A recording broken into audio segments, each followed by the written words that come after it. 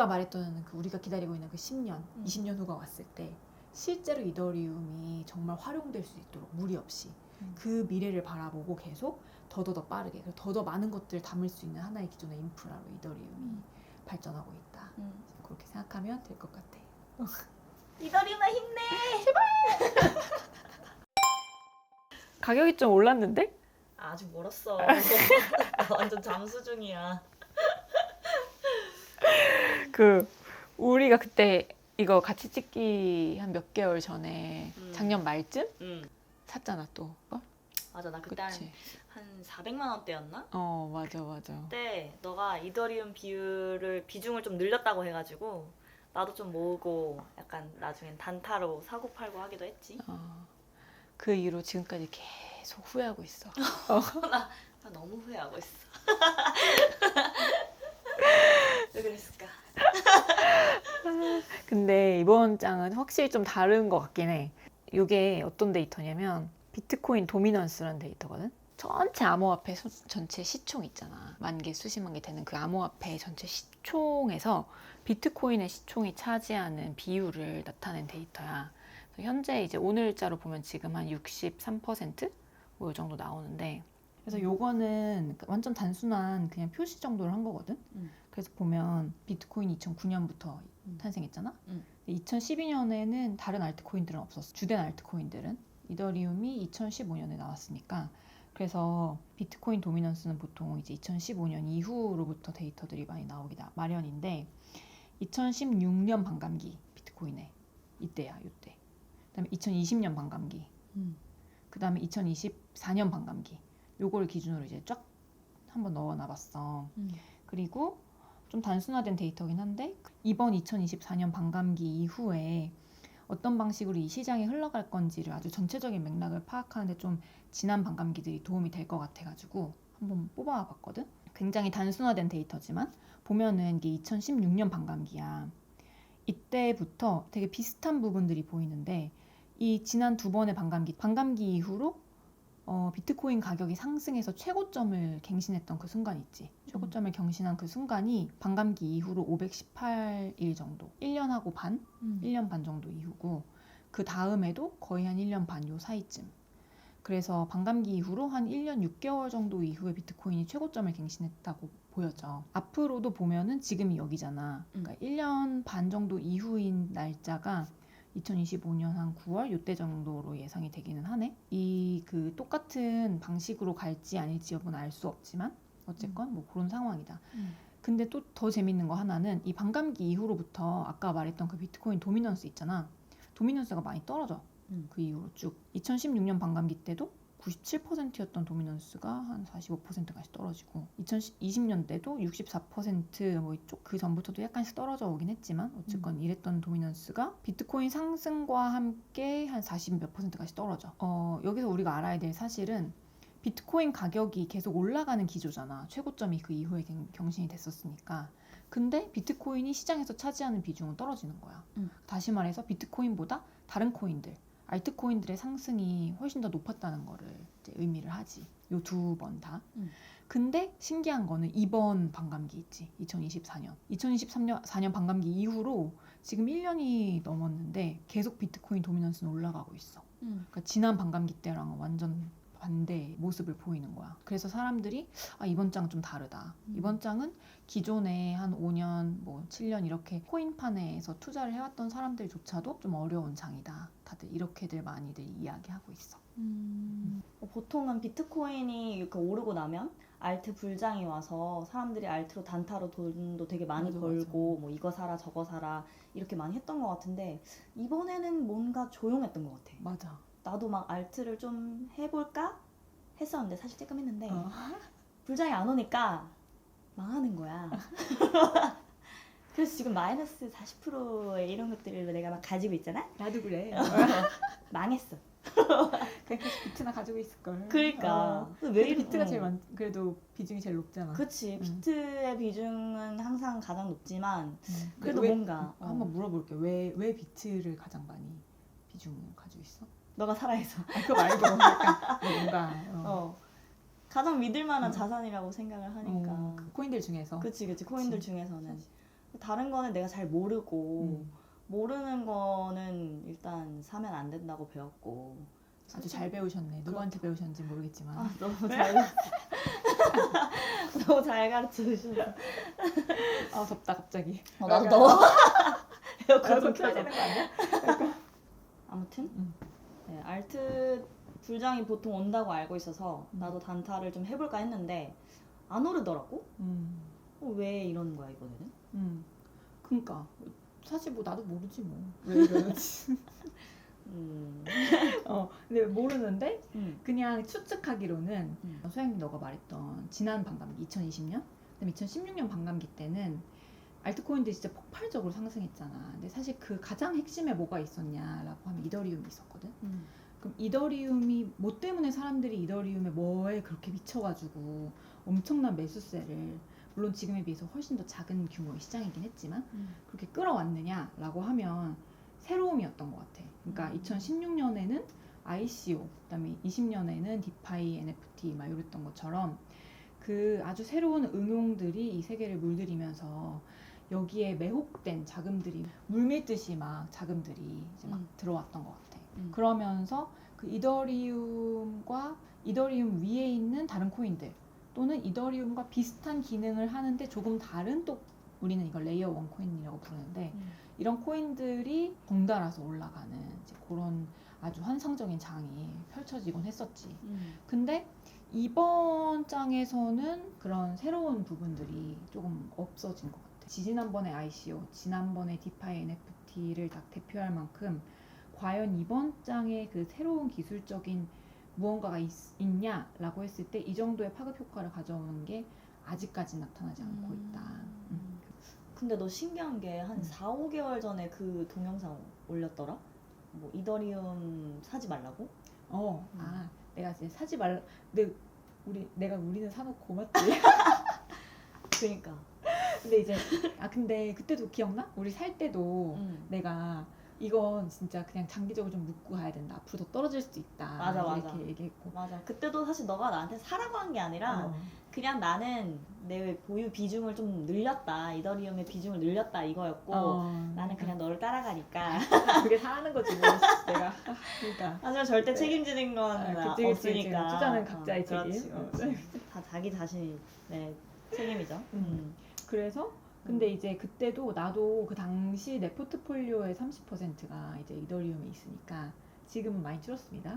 네, 가격이 좀 이던 떨어지고 비트 올라가가지고 뭐 아무튼 그때 한 30%쯤 있으니까 관심을 가지고 계속 보잖아. 그리고 나도 이제 기대를 할 거 아니야. 근데 이성적으로 생각할 때 이게 단기간에 확 오를까? 이게 5, 6개월 전에는 그런 기미가 조금 잘 안 보이더라고.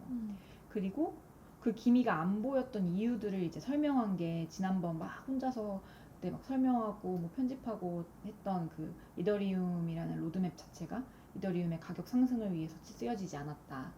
앞으로 시간이 걸린다. 그다음에 북극성이 무엇이냐 뭐 이런 얘기들을 했던 것 같고, 감사하게도 또 그때 봐주셨던 분들이 댓글로 진짜 안 올랐네요? 막 이렇게 해주시니까 또 그것도 되게 아직까지도 블로그를 봐주시고 계시는 분들이 있군. 약간 이런 생각을 했던 것 같아. 뿌듯했어? 죽어가는 채널인데.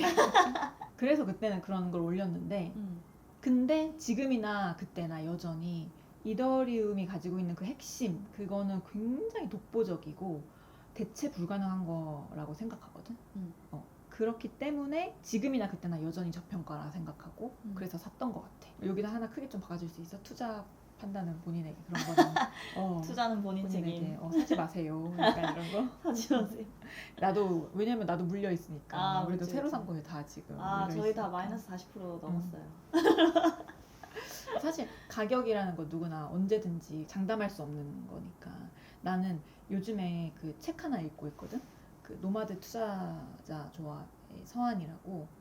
거기서 이런 말을 하더라고. 내가 원하는 가격이 오는 건 내가 결정할 수 있는 게 아니고 시장이 결정한다. 그러나 내 투자의 판단이 결국에 맞냐 틀리냐는 내가 결정한다. 그래서 나는 내가 결정할 수 있는 거에 집중한다. 그러다가 시장이 그 가격이 오면 그때 파는 거다. 뭐 이렇게 얘기를 하는데 그게 되게 많이 와닿았어. 우리의 이더리움도 결국엔 그런 시점이 오지 않을까 이런 생각을 하고 있어. 정리해보면 결국에는 단기적인 모멘텀이 부족했던 어떤 이유가 있다. 이제 이게 갑자기 막 가격이 오르는 게 아니고 결국엔 그 오르는 가격이 뒷받침되려면 또는 그 가치의 상승이 어느 순간 딱 나타나려면 이 가치에 공감하는 커뮤니티 사람들이 훨씬 더 많아지고 거기에 그 공감력이 높아져야 된다 생각하거든. 근데 지난 5, 6개월간은 사실 그런 상황은 아니었어. 이더리움 커뮤니티 내부든 외부든. 근데 그 이유가 첫 번째는 아까 말했던 것처럼 지난 반감기 때 기술 발전이라는 그 업계 표준을 제시했었던 이더리움 ERC20이든 ERC71 같은 NFT들 그런 것들이 있었던 반감기 사이클과는 달리 이번 이더리움은 그 새로운 기술에 대한 활용 또는 표준 제시 같은 것들이 없었다. 근데 왜 없었냐? 결국 큰 얼개에서 제로 투 원은 이미 다 이루어졌던 거야. 현재 상황에서는. 그러니까 아무것도 없는 상황이 지금 아니다 보니 과거만큼 새로운 걸 바라는 것조차 사실 되게 어떻게 보면 욕심이었던 거지. 두 번째는 근데 그러다 보니까 이더리움과 다른 체인들 솔라나나 수이나 이런 다른 체인들 간의 차이점에 대해서 그 의문이 커뮤니티원들 사이에서 생겼다. 특히 체인의 속도, 그 다음에 비용, 그리고 커뮤니티 내 중앙 집중적인 리더십 등에 있어서 이더리움 자체의 리더십, 그 다음에 이더리움의 현재 이런 발전 상황 이런 부분들이 공격을 많이 받았다. 오히려 이더리움이 미는 이런 여러 방면에서의 탈중앙성이 과연 좋은 것이냐 하는 그런 의문조차 중앙 집권적인 리더십을 바탕으로 엄청난 발전 속도를 일으키면서 커뮤니티원들을 한 대로 막 이렇게 묶으면서 시총이나 이런 가격 같은 부분까지도 적극적으로 언급하면서 리더들이 막 일으키는 이런 되게 비즈니스적인 면모에 비해서 이더리움은 이제 그런 체인이 아니다 보니까 거기서 오는 하나의 차이들조차도 지난 이더리움 가격이 부진했던 하나의 원인이라고 꼽히기도 한다.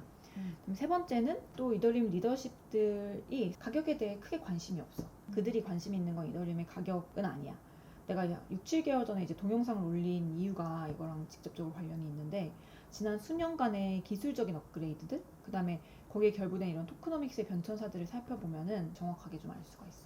예를 들면 이제 우리 회사 이름이기도 한 이 블록 이걸 처음 포함시킨 덴쿤 업그레이드부터 최근에 이제 한 블록에 더 많은 블록을 담는 걸 허용한 팩트라 업그레이드가 있었거든. 이제 그런 것까지 계속 이더리움의 가스비는 저렴하고 총 소각량이 더더욱 현재 수준에서 낮은 수준을 유지하고 현재 트랜잭션 상으로 필요한 그 블록 캐파보다 미래를 상상하면서 더 높은 캐파를 계속적으로 지향하면서 현재 상황에는 더 낮은 소각 그로 인해서 인플레이션을 더더욱 줄이지 않는 방향성을 가지고 지켜보는 걸 보면은 가격 상승에 크게 관심이 없다. 현재는. 마지막으로 이제 시장이 개인에서 이제 기관 위주의 흐름이 되면서 우리도 그렇잖아. 비트코인을 이제 기관이 유입한다 하니까 올라갈 거라고 생각하고 또 좋아하는 것도 있고 약간 이렇잖아. 근데 이게 지난장, 지지난장에는 사실 이런 가격적인 부분보다는 좀 더 소수였기 때문에 탈중앙성에 대해서 되게 중요시 여기고 그 해석에 대해서 그 가치가 필수다 이런 인식이 있었거든. 근데 그게 깨졌어. 이게 기관 유입이 더 커지면서. 근데 그러면서 예전 반감기까지만 하더라도 커뮤니티가 익명성, 탈중앙성 이런 것들을 마치 따르지 않으면 블록체인이 아닌 것처럼 여기는 사람들이 많았는데 이제는 그런 분위기가 확실히 바뀌었다. 그런 부분에서 이더리움이 조금 덜 매력적으로 느껴질 수 있다. 새로 유입된 커뮤니티 사람들한테는. 근데 5월 초? 그때쯤부터 좀 오르는 것 같던데. 그러게. 약간 5월 초부터 한 30% 올랐네. 엄청 많이 올랐는데? 그러니까 한 달 동안 48% 올랐다 나오네. 48%? 많이 올랐네. 아, 저 때 뭘 탈 걸. 소영이 현금이 많나 봐. 없어. 나는 물 탈 돈이 없어. 이제 물 거의 눈물만큼 조금이야. 눈물 탈 걸. 내 눈물. 피눈물. 피눈물.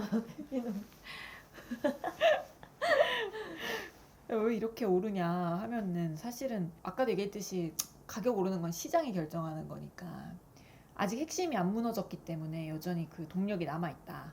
그렇게 보는데 그 뭐가 핵심이냐? 이더리움 핵심은 뭐냐? 충분히 탈중앙화돼 있으면서 응용 가능한 블록체인. 이게 진짜 핵심이라 생각해. 이 동영상 이제 첨부를 해둘 텐데 그 라울팔이라는 사람이 동영상에서 얘기를 해. 이더리움은 마이크로소프트와 같다. 그러니까 결국 10년, 20년 후에는 우리 컴퓨터에서 윈도우즈 통해서 들어가거나 거기에서 만든 챗GPT 통해서 모든 응용들이 이루어진 하나의 인프라를 만드는 것처럼 이더리움 역시도 국가, 기업, 재단에도 사실 이더리움은 속하지 않잖아. 이런 소프트웨어로서 기능할 수 있고 그 다음에 이런 이더리움에 기관이든 아니면 우리 개인이든 모든 사람들이 하는 여러 사업들, 어플리케이션이 이제 올라가는 거다. 그래서 라울팔은 이더리움은 마이크로소프트와 같다 이렇게 얘기를 하더라고. 사실 마이크로소프트와 달리 이더리움 같은 경우에는 돈이 직접적으로 오고 가는 거잖아. 그러다 보니까 얘가 탈중앙화되어 있다는 게 되게 중요한 가치인 것 같아. 어떤 기업이 여기에서 뭘 하나 만들려고 할지라도 얼마나 이것이 안정적일 것이냐. 이 서버가 어느 한 곳에 있어서 공격당해서 취약해지는 것이 아니고 어떤 한 곳의 서버가 해킹당하든 뭔가 망가지든 물리적인 위협에 의해서 하더라도 다른 서버가 이걸 복구할 수 있는, 이걸 우리는 리질리언스라고 하는데 회복 탄력성, 이제 그런 회복 탄력성이 있느냐 이런 것도 되게 중요한 이슈거든. 기업들이 실제로 어떤 사업을 하는 데 있어서 그럴 수 있잖아. 근데 그럴 때 이더리움이 가지고 있는 탈중앙화 근데 응용 가능한 거, 이게 분명히 빛을 볼 것이다 라고 라울팔이 얘기하더라고. 언제까지 기다리면 되지?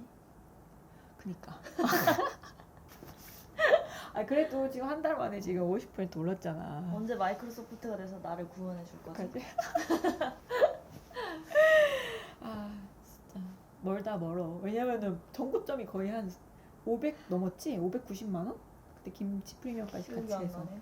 그 내가 정도 마소 됐던 것 주식도 안 같아. 사고 이더리움을 샀는데. 이더리움이 가져야 되는데.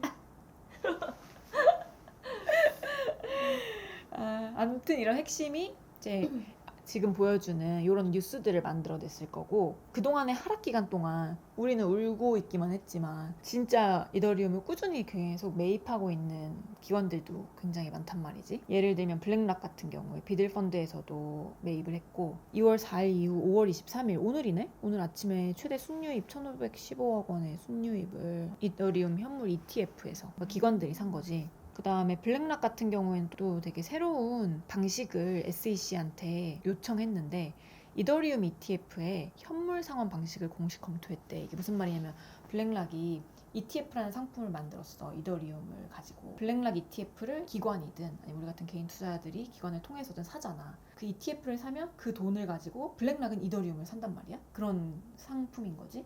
근데 반대로 블랙락 ETF를 산 요 기관이나 개인들이 이걸 팔고 싶어. ETF를. 그러면 이제까지는 무조건 이 블랙락이 팔아서 현금을 줘야 됐어. 그게 현금 상환 방식이거든. 그러니까 이더리움을 무조건 팔아야만 됐어. 근데 제한된 소비자들에 한해서 현물 상환 방식도 할 수 있도록, 다시 말해서 그냥 그 이더리움을 줄 수 있도록 그거 요청했거든. 지금 비트코인도 이렇게 안 하고 있는데 그 말인즉슨 무슨 말이냐면, 예전에는 블랙락의 고객들이 이더리움 ETF를 팔면 블랙락은 어쩔 수 없이 무조건 ETF를 팔 수밖에 없었어. 그러니까 거기서 매도를 계속하니까 가격이 떨어질 수밖에 없는 그런 구조잖아. 근데 그게 아니고 그냥 이더리움을 주면 되니까 거기에서 매도 압력이 좀 덜 할 수 있는 거지. 그런 방식으로 공식 검토를 했고 아직 승인하지는 않고 있어. SEC가. 이제 그런 상황이다. 뭐 여기서도 나오잖아. 이더리움 가격 하락할 때 블랙락은 줍줍. 돈이 많으니까 이럴 때 줍줍 할 수 있겠지. 이게 언제 기사야? 이게 5월 19일 기사야. 그래서- 며칠 안 됐네? 며칠 안 됐어. 예를 들면 블랙락 회장 레리 핑크라는 회장이 최고 경영자거든. 그 회장이 블록체인을 통한 토큰화는 투자 방식을 근본적으로 바꿀 것이며 유동성이 막혀있던 자본을 해방시켜 경제 성장으로 이어질 것이라고 얘기하면서 이더리움에 대한 신뢰를 드러냈다 이렇게 얘기하고 있어. 다시 말해서 이더리움이란 인프라를 토크나이즈를 하기 위해 쓰겠다라고 얘기하고 있는 거지. 사실 올해 한 2, 3월 뭐 이때까지만 하더라도 이더리움 가격이 예전 같지 않으니까 이더리움 커뮤니티 내부에서도 이런저런 말들이 되게 많이 나왔어. 예를 들면 재단장이었던 아야 미야구치의 리더십에 대한 논란이 있었었고, 이런 것들이 사실은 개인적으로 이더리움이 부진했던 근본적인 원인은 절대 아니라고 생각해. 그런데 그냥 가격이 이러니까 어디에서든 뭔가 이유를 찾고 싶었던 거지, 커뮤니티에서. 뭐 그것 때문이든 아니면 예전부터 준비하고 있었든 결국에는 현재 아야 미야구치에서 왕 샤오웨이랑 그 다음에 토마스 스테니작이라는 그 두 분의 공동 집행 이사로 이제 임명이 되면서 리더십 체계도 조금 바뀌고 이런 변화를 지금 맡고 있다. 새로운 리더십들, 특히 토마스 스타니작이 재단 내에서의 굉장히 일원화된 소통, 모든 그 재단 사람들을 전부 한 텔레그램 방으로 모여서 기존의 페인 포인트가 무엇이었는지 다 적극적으로 듣고 소통하고 기존 재단 내에서의 이런 비전을 얼라인하고 그래서 이런 방식을 현재 하고 있어서 커뮤니티가 굉장히 기대하고 있다. 재단 리더십이 바뀌었다고 해서 재단 전체의 방향성이 바뀌었냐? 그런 건 절대 아니야. 방향성은 예전이랑 똑같아. 토마스 스테니작도 여전히 우리가 이걸 이제 확장성 또는 스케일링이라고 하는데 이더리움을 더 빠르고 저렴하게 만드는데 우리의 제1 목표가 있다라고 트위터에서도 이제 못을 박았어. 결국 아까 말했던 그 우리가 기다리고 있는 그 10년, 20년 후가 왔을 때 실제로 이더리움이 정말 활용될 수 있도록 무리 없이 그 미래를 바라보고 계속 더더 빠르게 그리고 더더 많은 것들을 담을 수 있는 하나의 기존의 인프라로 이더리움이 발전하고 있다. 그렇게 생각하면 될 것 같아. 이더리움아 힘내. 물론 이제 이런 우리가 바라는 이런 미래가 오기까지 좀 시간이 걸리지만 결국 아직 핵심 가치는 절대 무너지지 않았고 방향성도 일관되게 가고 있고 이번 장에서도 가격이 보여주는 건 어쩔 수 없는 것 같아. 이제 그 내러티브가 좀 변동이 되면서 이번 장에서 이더리움이 역할하는 것이 무엇인가 하는 그 활용의 실마리가 드디어 풀리는 시점이라고 또 생각을 해. 이번 동영상은 좀 지난 동영상에 비해서 희망적인 얘기들로 채워봤고 그 희망의 실마리로서 앞으로 기관들이 또 기관을 활용한 여러 플레이어들이 어떤 방식으로 이제 이더리움에서 활용을 할 것인지 이런 부분들에 우리가 집중해서 보면 좀 좋겠다라고 하면서 오늘의 동영상을 좀 마쳐보려고 합니다. 네, 감사합니다. 끝.